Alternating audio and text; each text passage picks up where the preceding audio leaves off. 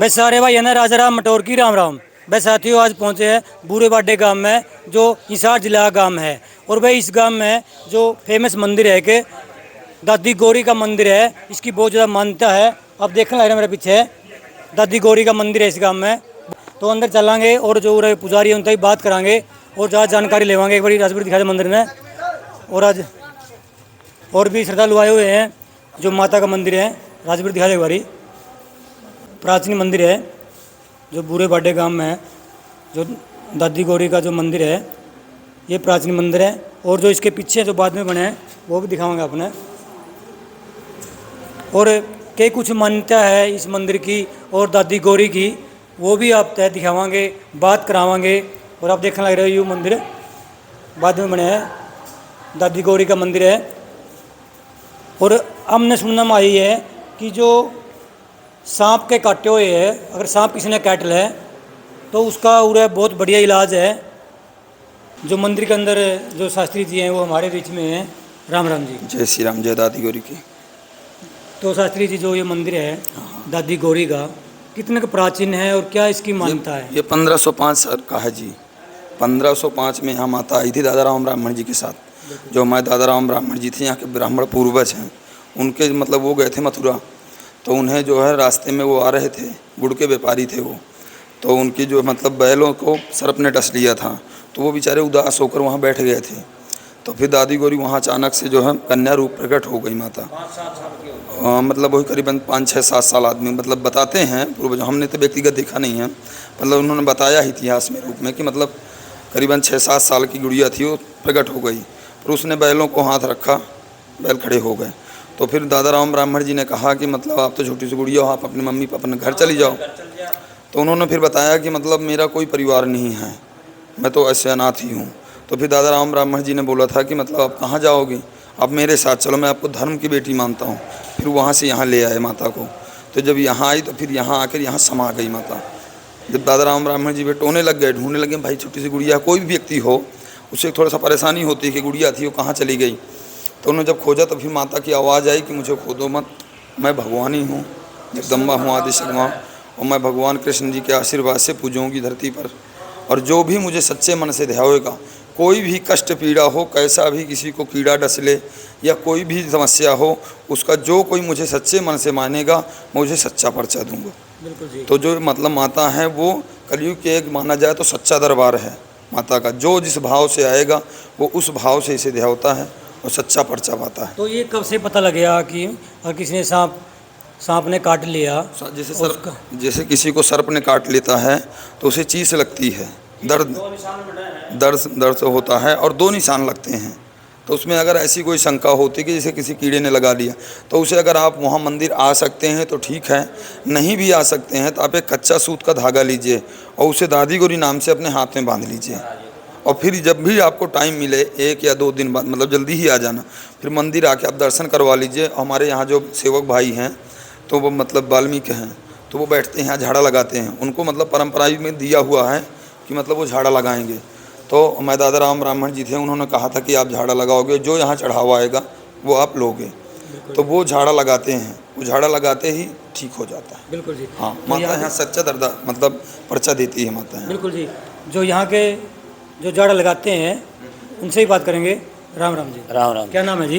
तेजवीर है जी। तेजवीर जी। हाँ। तो आप कब से झाड़ा लगा रहे हो? हाँ जी, मैंने तो 40 साल 10 साल का लगाने लग गया था मैं तो झाड़ा। तो इससे पहले कौन लगाओ थे? पहले मान ले पिताजी दादे परदादे मान ले हमारी सदी गुजर गई, 600-700 साल हो गई मेरे यहाँ, 700 साल।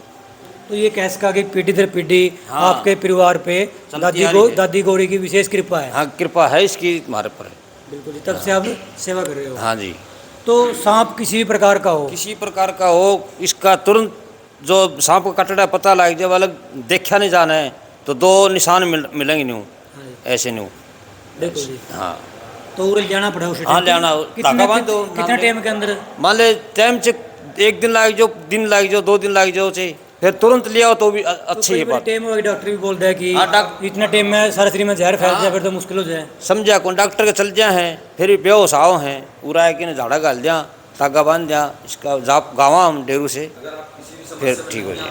धागा बांध लीजिए। अच्छा जी। अगर जैसे आप किसी भी समस्या में हैं या आपके पास साधन नहीं है या किसी भी समस्या कैसी भी आप यहाँ नहीं आ पाते, मान लीजिए 1 दिन या 2 दिन, तो आप उसी समय आप जैसे समय काटता है ना, उस समय कहीं से भी कच्चा सूत का धागा लेके और इसके नाम का ले करके लगा लीजिए। मन में घबराहट सी होने लगती है, ऐसा नहीं है कि नहीं होती, आदमी कोई भी हो डर जाता है भाई, तो झाग आने लगती हैं, तो उसमें जो है ना आप सीधे धागा बांध लीजिए दादी गौरी का, उतने टाइम ही दर्द समाप्त हो जाएगा। माता रानी अपने आप ही लेके कहीं से भी ले लीजिए, आप कच्चा सूत का धागा लीजिए और अपने हाथ में बांध लीजिए या जहाँ काटा हो वहाँ बांध लीजिए। तो कितने गांव के जो श्रद्धालु यहाँ पर आते हैं? यहाँ बहुत सारे, बहुत दूर दूर से आते हैं, जैसे आदमी कहीं से भी, सऊदी हो गया, कनाडा हो गया, अमेरिका से भी लोग यहाँ आते हैं दर्शन करने के लिए। बहुत दूर दूर से आदमी आता है।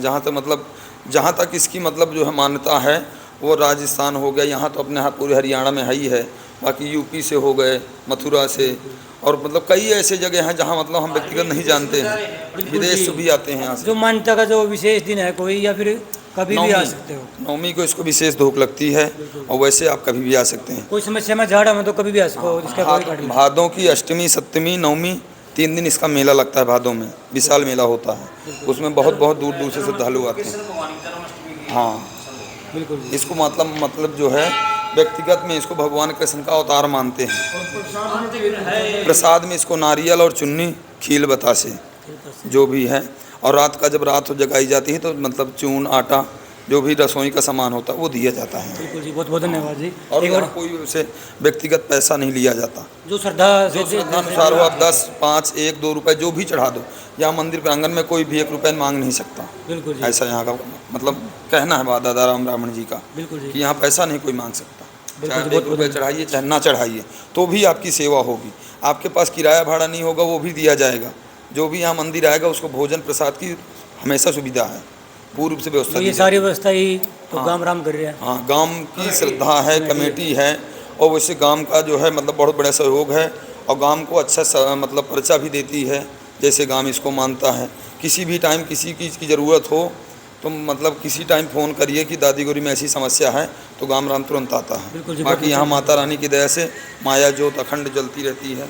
तो राजवीर दिखा दे बारी, दादी गौरी का जो मंदिर है बूरे बाडे गांव में दूर दूर लग प्रसिद्ध है, और शास्त्री जी ने बताया कि जो श्रद्धालु है वो विदेशों से भी आते हैं। तो यहाँ के सेवक है जो भाई तेजवीर जी है, वो यहाँ पर झाड़ा लगाते हैं। हाँ जी, हाँ झाड़ा लगाते हैं। बकाए शुरू में नियम था इसका 100 रुपये का, बाद में 11 रुपये, तो आप 100 दे दो चाहे 500 दो। श्रद्धा है जी। हाँ, श्रद्धा से, कुछ दिवाड़ नहीं, कोई मांग नहीं है, हाथ नहीं पकड़ा जाता भी इतने पैसे डाल जाओ रहे दे जा। बहुत बड़ी अच्छी सेवा है।